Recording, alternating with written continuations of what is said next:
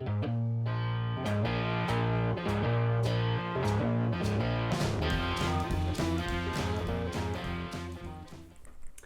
everybody, welcome back to Durbin's Bourbon. I'm Joe. I'm Josh. We're going to be doing a Scotch review today. Scotchy, scotchy, scotch. This is Glenmorangie, Quinta Ruban, 14-year Scotch. I have the Glenmorangie 10-year. It's one of my favorite Scotches. I love the notes on it. It's so... It's got like a purple hue to it. Yeah, it does. Looks like I got a little more than you. You want some more? That's okay, buddy. All right. Mr. Heavy Pour here. For myself. It is a 14-year. There was a 12-year expression, and it was discontinued.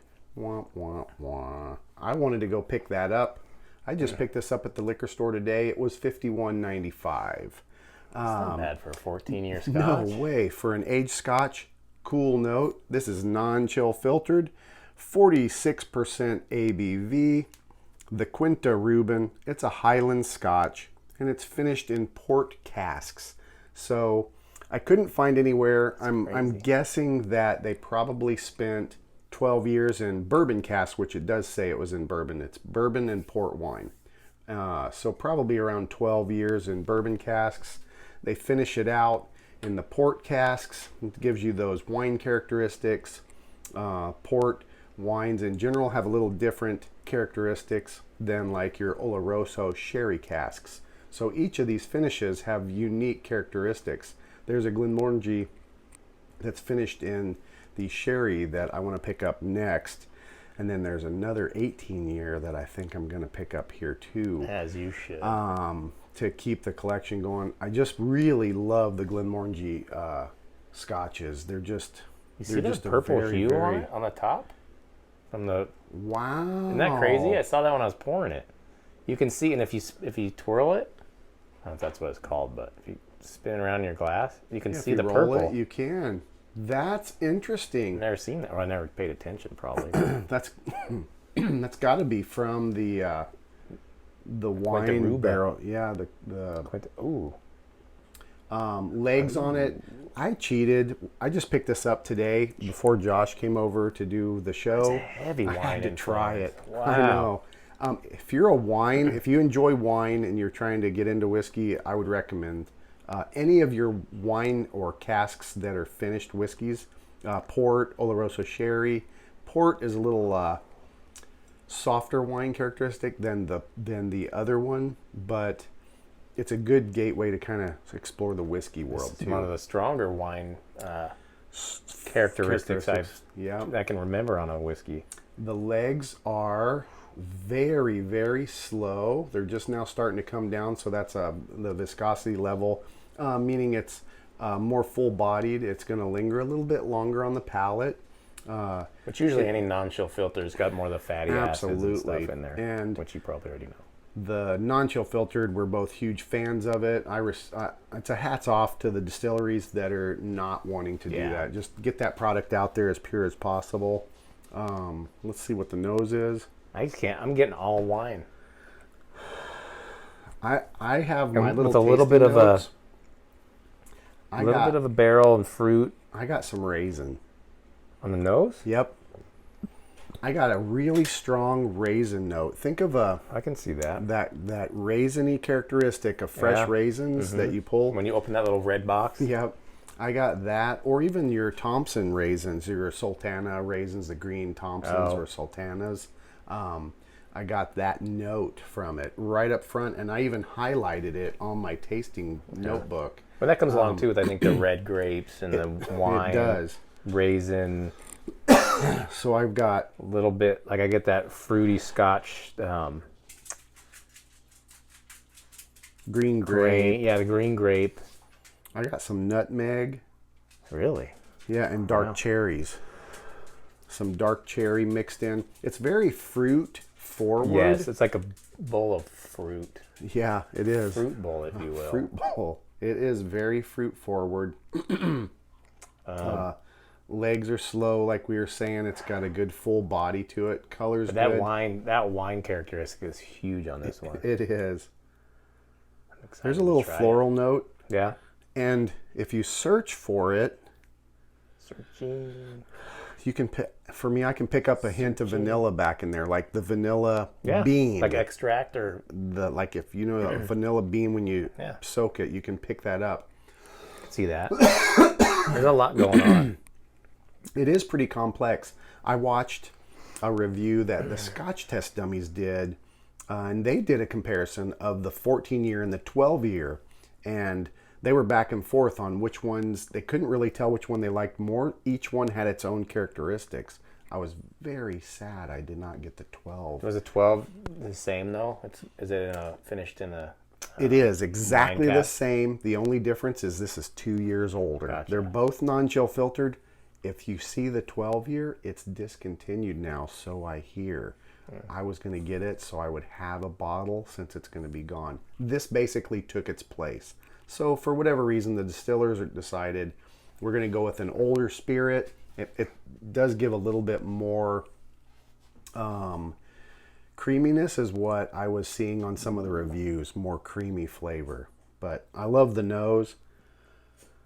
There's that, for me, that raisin is very dominant for my nose. And I had never picked up raisin before. They were saying chocolates and stuff. I didn't get chocolate until later after I added a little bit of water. God, that wine is so dominant. But with the wine comes the grape, the raisin, all that. Yes. It's just so dominant in there. It's kind of cool. We hope y'all are having a dram with us. We're going to go in for a taste. Yes. Cheers. Cheers. Cheers, everybody.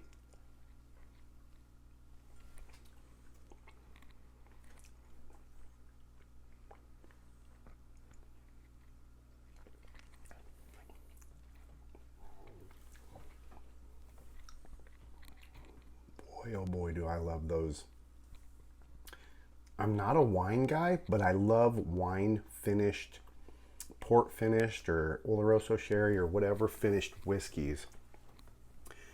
I think it gives such a unique depth to just the other grains because it's malted barley.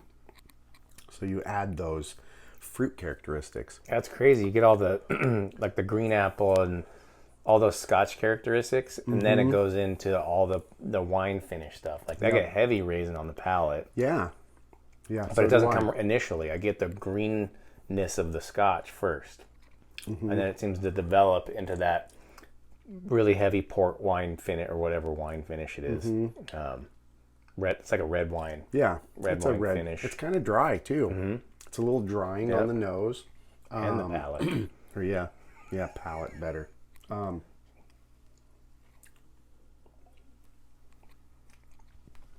Yeah, that's what I meant to say.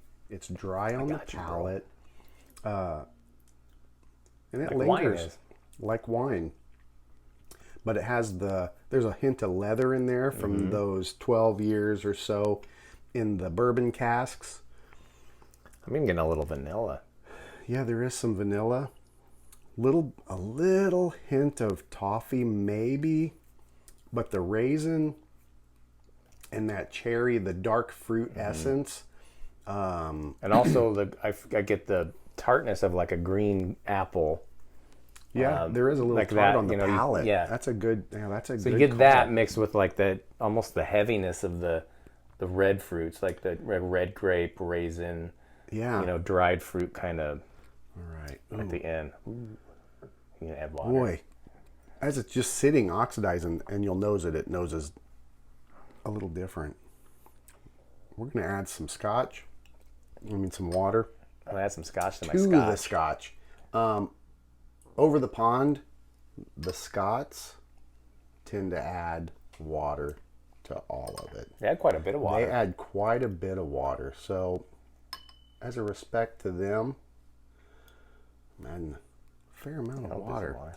They just do like a bloop, a good old pour. So, non-chill filtered, we should be seeing that Scotch mist, which is the fatty compounds that are in non-chill filtered whiskeys. It comes out as a slight haze in the spirit, which it dissipates pretty rapidly. This did already. So I'm curious On the nose, it brought out quite a bit more of that raisin characteristic for me. It's still soft. It's very soft on the nose. All the same things are there. They feel like they're a little more softened up or maybe blended. For me, it was super heavy on that red wine smell. It took a lot of that away. Yeah. It's still there, but not as dominant. Now I'm getting more of the fruitiness of the Scotch. Mm-hmm. The tart, like the green apple smell. It has a very pleasant I'm almost getting nose. like caramel now. And like vanilla. Yeah, there's some more vanilla. It might have brought up a little bit more of the vanilla. Should we try? Interesting. Heck yeah. Cheers.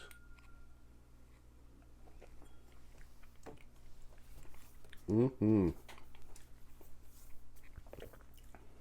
Oh, There's that chocolate for me. A little bit of chocolate, but all those other fruit characteristics rounded it out. Crazy. Water helped that a lot. Helped this immensely. It made it. I do get the chocolate. That's crazy. Yeah. Chocolate, raisin, dark cherry. Yes. Tart green apple. The Scots, I've seen interviews with Scotsmen that are whiskey guys. They make this product and they all say we add water. You're going to get the truest characteristics and bring up all those flavors when you add water. I'm not going to dispute that. I agree 100%. Yeah, that is a beautiful whiskey.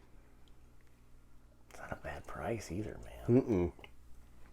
$51.95. We are in a liquor control state. Surprisingly, the 12-year was $55.95. Oh.